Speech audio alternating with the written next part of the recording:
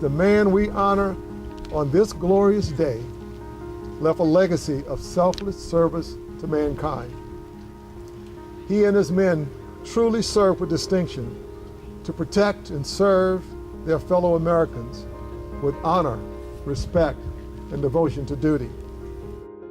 I'm Stephen Rochon. I'm a retired Rear Admiral, U.S. Coast Guard.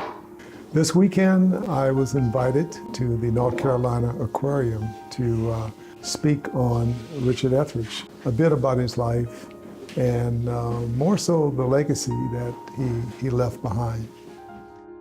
Richard Etheredge was born a slave on the Outer Banks in 1842.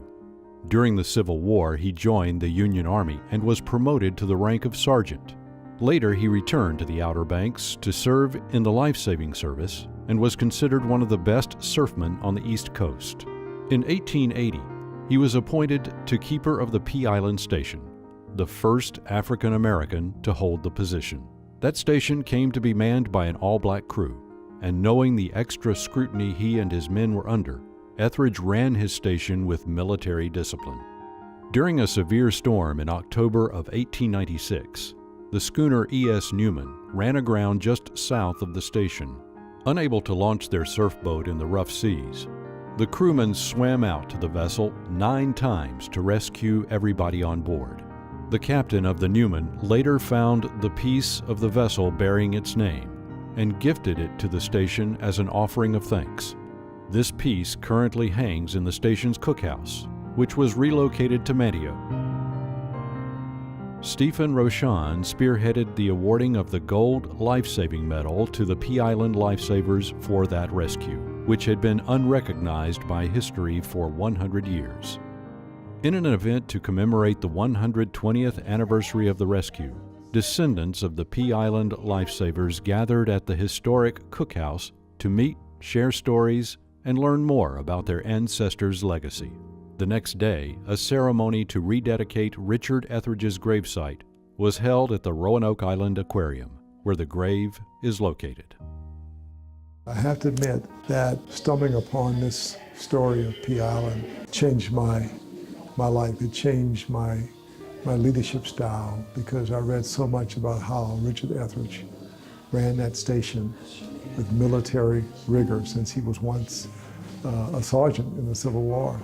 And so I followed that legacy. I followed what he passed down that I was able to unearth.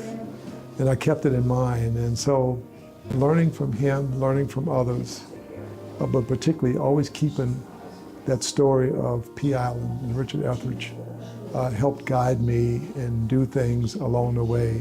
And lo and behold, I was selected and promoted to Rear Admiral in the Coast Guard because of them. Black history is not recorded.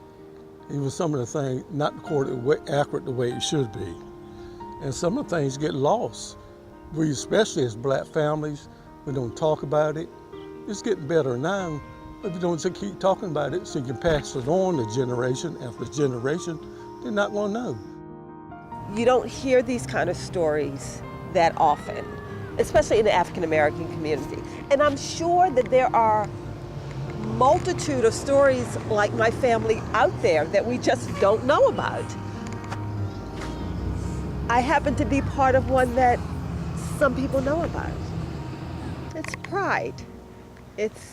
I don't know any other word to describe it, but pride.